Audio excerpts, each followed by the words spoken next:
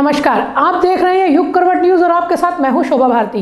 पेश है आज का हमारा न्यूज बुलेटिन। आइए नजर डालते हैं आज के हेडलाइंस पर। युग करवट से विशेष बातचीत में दंगल गर्ल, बबीता फोगाट ने साधा कांग्रेस पर निशाना। केंद्रीय मंत्री संजीव बालियान के बयान ने पकड़ा तूल, सुप्रिया ने साधा निशाना। जिले में धूमधाम से मनाया गया गणतंत्र दिवस। दंगल गर्ल बबीता फोगाट मंगलवार को गाजियाबाद पहुंची। उन्होंने मीडिया से बात करते हुए कांग्रेस पर निशाना साधा। युग करवट समाचार पत्र के समाचार संपादक सुब्रता भट्टाचार्य ने बबीता फोगाट से बात की। कांग्रेस ने नारा दिया प्रियंका गांधी ने कि लड़की जो लड़ सकती है, इसको क्या कहेंगे? उनका तो नारा ही रह गया। मुझे लगता है उन्होंने तो नारे के लिए उनको अब समझ में आया है। एक चीज़ सोचने की बात है, उनके भाई को तो 55-56 साल की उम्र में पता चलता है कि वो युवा है, और प्रियंका बहन को 50 साल की उम्र में जब 2 बच्चों की माँ बन गई है, उसके बाद याद आया है कि वो लड़की है।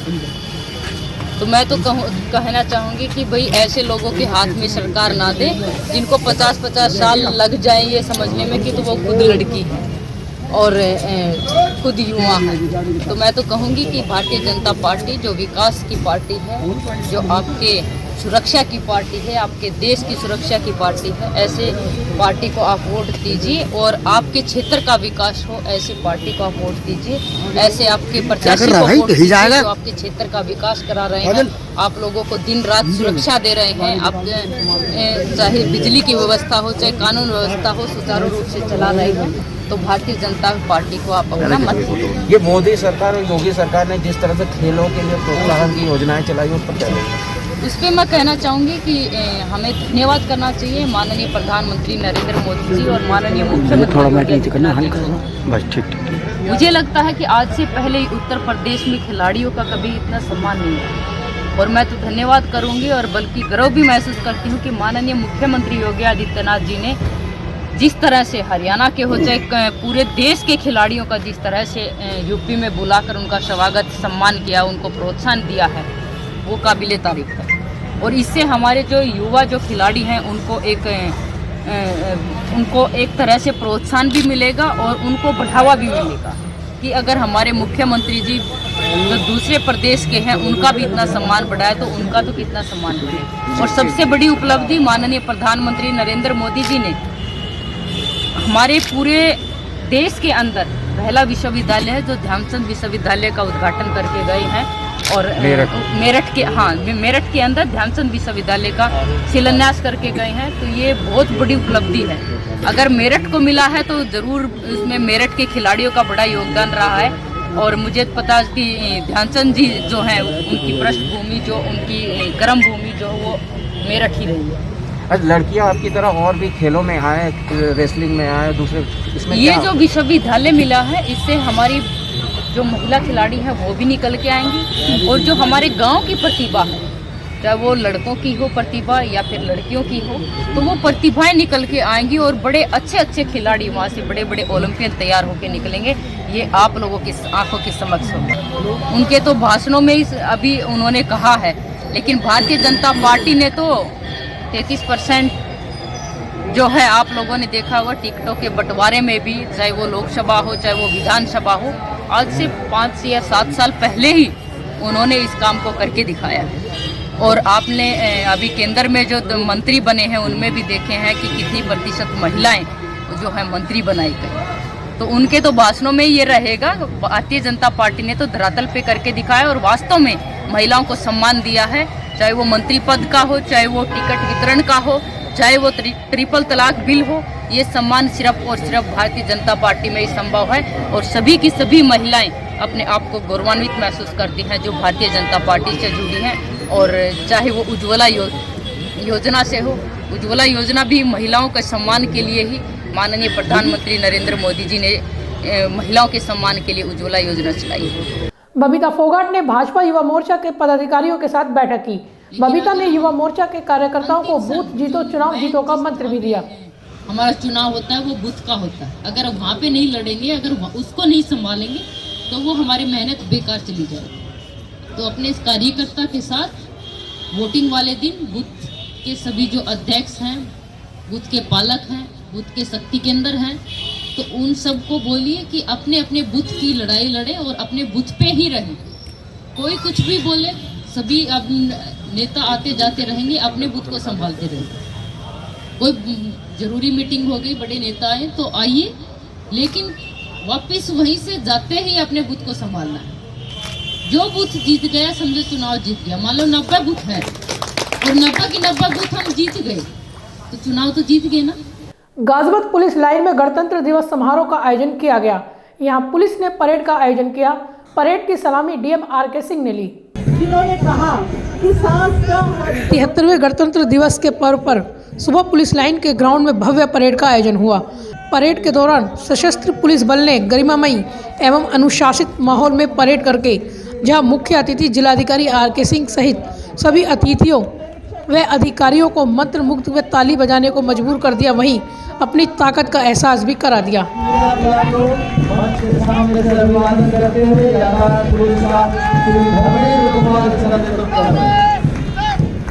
आरक्षी पुलिस लाइन्स का ये प्लाटून श्री सुरेंद्र सिंह उप निरीक्षक नागरिक पुलिस के नेतृत्व में और ये चतुर्थ प्लाटून नेतृत्व श्री सुशील कुमार सिंह उप निरीक्षक द्वारा किया जा रहा है।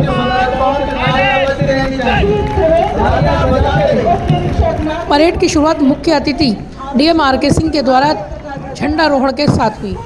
परेड की सलामी कप्तान पवन कुमार के अस्वस्थ होने की वजह से डीएम आर.के. सिंह व एसपी निपुण अग्रवाल ने ली। परेड की कमान प्रथम कमांडर के रूप में CO Sadar ASP Akash Patel, second commander DSP Ritesh Tripathi व थर्ड कमांडर एसआई सशस्त्र पुलिस प्रदीप कुमार व महिला विंग की कमांडर रश्मि कुंतल आदि ने संभाली। परेड के दौरान जनपद पुलिस की विभिन्न इकाइयों ने भाग लिया।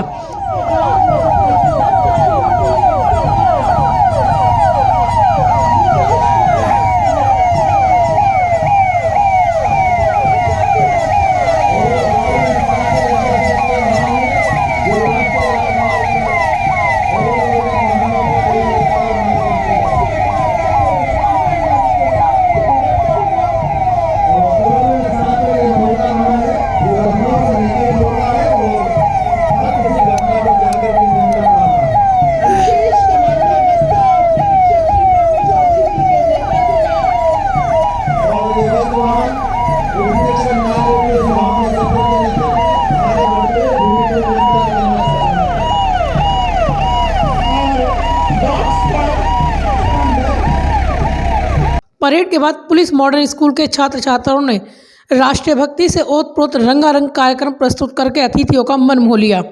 ब्यूरो रिपोर्ट, युग करवट न्यूज। जिलाधिकारी राकेश कुमार सिंह ने जिला मुख्यालय पर गणतंत्र दिवस मनाया। डीएम ने झंडा फहराने के बाद संविधान की शपथ दिलाई। विकास भवन में भी झंडा फहराया गया। देश के 73वें गणतंत्र दिवस पर जिला मुख्यालय में डीएम आर.के. सिंह ने ध्वजारोहण किया और सलामी ली।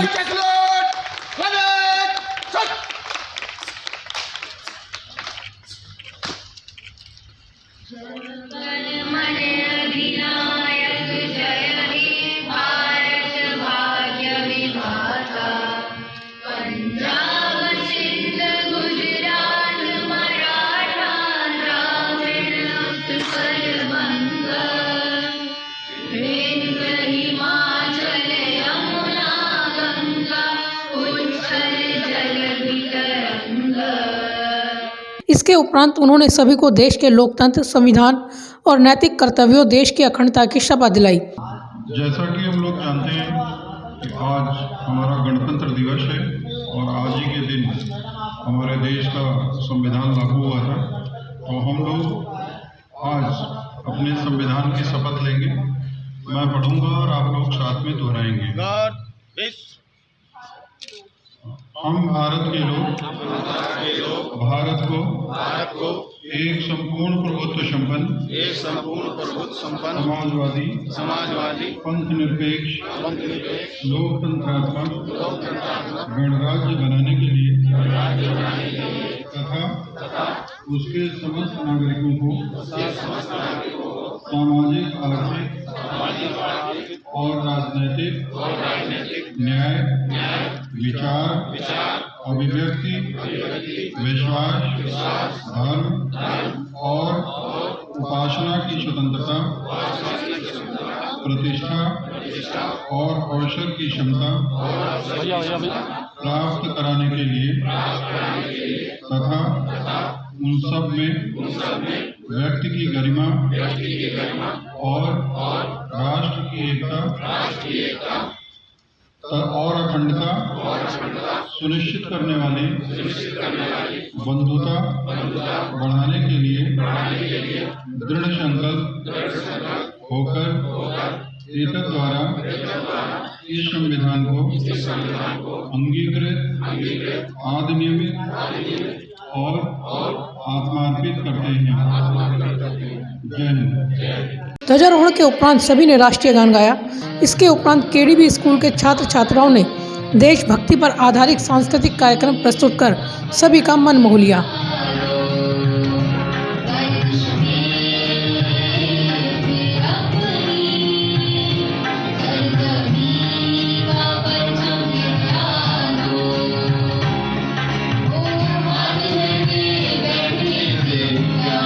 इस अवसर पर डीएम आर.के. सिंह ने सभी को गणतंत्र दिवस की शुभकामनाएं देते हुए कहा कि आज का दिन संविधान को अंगीकृत करने का दिन है। यह दिन हमें संविधान के मूल कर्तव्यों के बारे में बताता है, एक नागरिक के मूल कर्तव्यों की याद दिलाता है, हम लोगों की फंडामेंटल ड्यूटी के बारे में बताता है, साथ ही हमारे नैतिक कर्तव्यों के साथ ही हमें हमारी ड्यूटी के बारे में भी बताता है कि हमें नागरिकों के साथ ही पहाड़, पेड़, वन्य जीवों सभी का संरक्षण करना है। और अगर आप देखें तो हमारा संविधान जो हमारे मूल कर्तव्य बताता है, नागरिक का मूल कर्तव्य क्या है, तो अगर आप देखें तो उसमें आपकी जो फंडामेंटल ड्यूटीज हैं उसमें अगर आप देखिए तो आपको राष्ट्रगान का, अपने राष्ट्रध्वज का, अपनी सांस्कृतिक विरासत का और यहाँ तक कि नदी, झील, पहाड़ और जो वन्य जीव हैं सभी का हमें जो है संरक्षण करने की प्रेरणा देता है। तो निसंदेह आज का दिन एक बहुत बड़ा दिन है और गणतंत्र दिवस के दिन हम अपने संविधान को अंगीकृत करते हैं, संविधान के अंगीकृत करने की शपथ लेते हैं। तो निश्चित रूप से गणतंत्र दिवस जो है कैसे कोई राज्य चलेगा, नागरिक का क्या कर्तव्य होगा, ये डिफाइन करता है। तो निसंदेह हमें उसको ध्यान में रखना चाहिए। और पुनः एक बार मैं सभी को गणतंत्र दिवस की ढेर सारी शुभकामनाएं देता हूं और उम्मीद करता हूं कि यहाँ जो आज हम लोगों ने शपथ ली है उसको जरूर साकार करेंगे।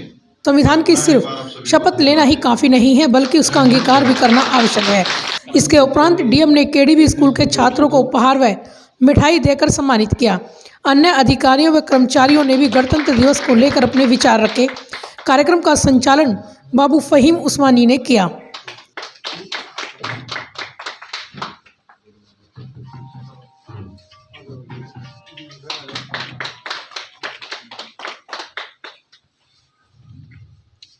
इसके अलावा मुख्य विकास भवन परिसर में सीडीओ अस्मिता लाल ने ध्वजारोहण किया। इसके उपरांत सामूहिक रूप से राष्ट्रीय गान गाया व सीडीओ ने सभी अधिकारियों व कर्मचारियों को देश के गणतंत्र संविधान में बताए गए नैतिक व मूल कर्तव्यों के निर्वहन की शपथ दिलाई। सीडीओ ने कहा कि गणतंत्र दिवस हमें यह बताता है कि हमें संविधान में सभी के लिए समान अधिकार दिए गए हैं, सभी को देश की अखंडता एवं सहिष्णुता की शपथ लेनी चाहिए। ब्यूरो रिपोर्ट, युग करवट न्यूज़। गाजियाबाद के सांसद रिटायर्ड जनरल वी.के. सिंह ने राजनगर स्थित अपने आवास पर झंडा फहराया। इस मौके पर अनेक कार्यकर्ता भी मौजूद रहे। वी.के. सिंह हर वर्ष ये कार्यक्रम करते हैं।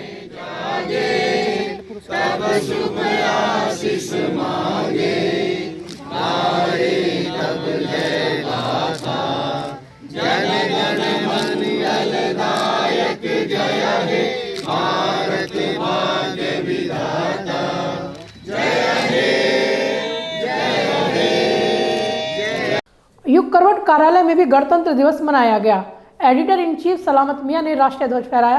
कार्यालय के सभी सहकर्मियों ने राष्ट्रीय गान में भाग लिया।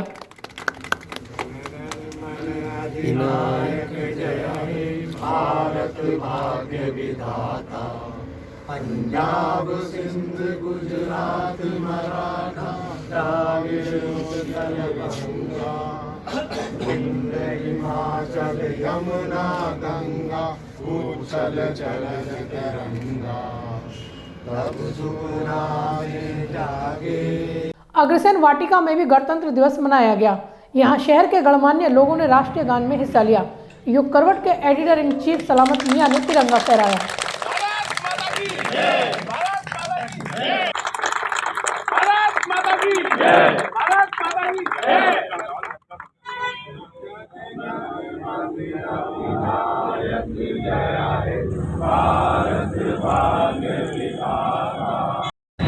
सब सेफ्टी रखे और घबराए ना, आप ले स्वस्थ रहे, मस्त रहे। जय हिंद, जय भारत, महाराजा किशन की जय। अनुरोध करूँगा कि केंद्रीय मंत्री संजीव बालियान के ब्राह्मणों के विरोध में की गई नारेबाजी का मामला तूल पकड़ रहा है। कांग्रेस नेता सुप्रिया ने इसे भाजपा की सोच बताया। उन्होंने कहा कि भाजपा राज्य में जाति विशेष पर निशाना साधा जा रहा है। एक वीडियो बहुत वायरल हो रहा है पश्चिम उत्तर प्रदेश से भारत सरकार के मंत्री बालियान जी का, जिसमें वो एक वर्ग विशेष और वस्तुतः ब्राह्मणों को लेकर पंडितवाद मुर्दाबाद की बात कर रहे हैं। मुझे ऐसा लगता है कि राजनीति में धर्म और जाति की कोई जगह नहीं होनी चाहिए, लेकिन जिस तरह से हर वर्ग का शोषण हो रहा है, चाहे वो दलित हो, पिछड़ा समाज हो, महिलाएं हो और या प्रबुद्ध वर्ग जिसको कि जो ब्राह्मण समाज है उसका जिस तरह से शोषण हो रहा है, यह सच है कि अपराधियों की कोई जाति नहीं होती है, लेकिन जिस तरह से एक जाति विशेष को केंद्रित करके एक जाति विशेष के पीछे पड़कर जिस तरह से ब्राह्मणों का शोषण उत्तर प्रदेश की भाजपा सरकार ने किया है, उसका शायद संजीव बालियान जी का पंडितवाद मुर्दाबाद कहना एक प्रमाण है। मुझे लगता है कि राजनीति में जाति की जगह होनी नहीं चाहिए, लेकिन जाति विशेष को केंद्रित करके जाति विशेष का शोषण कर कर उनके खिलाफ गालियां करके उनके खिलाफ नारे लगाकर ये कौन सी राजनीति करने की कोशिश भाजपा की सरकार कर रही है। और मुझे ऐसा लगता है भाजपा का शीर्ष नेतृत्व, भाजपा के जो मंत्री हैं बालियान जी, वो इस पर जरूर अपना क्लैरिफिकेशन दें कि क्यों अपनी चुनावी सभाओं में वो पंडितवाद मुर्दाबाद की बात कर रहे हैं। लोनी नगर पालिका के चेयरमैन ने भाजपा प्रत्याशी नंद किशोर गुर्जर पर भ्रष्टाचार के आरोप लगाए हैं। फेसबुक लाइव के माध्यम से रंजीता धामा ने अपनी बात कही। रंजीता लोनी से निर्दलीय चुनाव लड़ रही है। अब मैं आपको बताऊंगी कि हमारे जो घोटाले मैंने किए सारे और संपत्ति विधायक की 5 गुना बढ़ गई, इसका मैं आंकड़ा आपके बीच में लेकर आई हूं। ये देखिए, ये पर्चा आप देखिए, इसको गौर से देखिए। इसको मैं पढ़कर भी सुना देती हूं कि क्या है। देश में आप लोगों को पता है कि कोरोना आया, विधायकों की सैलरी भी रोक दी गई थी कि भाई पब्लिक के बीच में एक तो मेडिकल सुविधाएं भी देनी थी, उनको राशन वितरण भी होना था, लेकिन फिर भी विधायक की संपत्ति इतनी बढ़ गई है, मेरे गले नहीं उतर रही है। मैं बताऊं, जब नंद किशोर चुनाव लड़ने से पहले जो उनकी संपत्ति थी वो 9,85,272 रुपये थी और अब वो बढ़कर 45,76,282 रुपये हो गई है। इस हिसाब से उनकी संपत्ति 5 वर्षों में 5 गुना बढ़ गई। अब देखिए पत्नी का जो इन्होंने दिखाया है कि पत्नी के खाते में पहले कितने पैसे थे, 15,04,000 रुपये। अब जबकि पत्नी कोई रोजगार नहीं करती है, पत्नी एक हाउसवाइफ है, घर में रहती है, उनका कोई रोजगार नहीं है या वो कोई नौकरी करती है, लेकिन अब उनकी संपत्ति 33,22,228 रुपये हो गई है, जो कि 5 साल में 2 गुना बढ़ गई है। अब बेटे की बात करूं, उसके बाद बेटे की बात करूं, इनका छोटा पुत्र है नागेश गुर्जर, जिसकी पहले संपत्ति जो कुछ उसका कोई रोजगार नहीं है अभी तक, वो केवल पढ़ रहा है अभी। उसकी संपत्ति पहले 2,26,788 रुपये थी और अब वो बढ़कर कितनी हो गई है, 7,33,887 रुपये। तो इस हिसाब से कितनी बढ़ गई, 4 गुना। ये मैं नहीं बोल रही हूँ, कभी अब लोनी विधायक इस पर भी सफाई देंगे, लेकिन ये उन्हीं के द्वारा भरा गया शपथ पत्र है। अब बात करूं, इनका एक बेटा और है हितेश, जो इनका बड़ा बेटा है, उनकी संपत्ति इन्होंने नील दिखाई है, यानी कि उनके पास कोई संपत्ति है ही नहीं। मैं आपको बताऊं कि एफिडेविट में उनकी संपत्ति इसलिए नहीं दिखाई गई क्योंकि जो सारी बेनामी संपत्ति है वो उन्हीं के नाम है। अब बताऊं, बात करूं, जब ये विधायक बने थे तब इनके खाते में मात्र कितने रुपए थे? 252 रुपए। और आज इनके खाते में कितने हो गए हैं? 21,56,853 रुपए। इसे कहते हैं विकास। लोनी विधायक ने लोनी का विकास नहीं किया है, लोनी विधायक ने अपना विकास किया है और भ्रष्टाचारी हमें बताते हैं। चुनाव के दौरान शांति व्यवस्था बनी रहे, इसके लिए प्रशासन तैयारियों में जुटा हुआ है। पुलिस बल लगातार मार्च निकाल रहा है। मंगलवार शाम मोदी नगर में पुलिस और अर्धसैनिक बलों ने फ्लैग मार्च किया। आगामी चुनाव में मतदान को निष्पक्ष व शांतिपूर्ण तरीके से संपन्न कराने के लिए मंगलवार को डीएम आर.के. सिंह व एसएसपी पवन कुमार के नेतृत्व में मोदी नगर विधानसभा क्षेत्र में पुलिस व सुरक्षा बलों ने फ्लैग मार्च निकाला।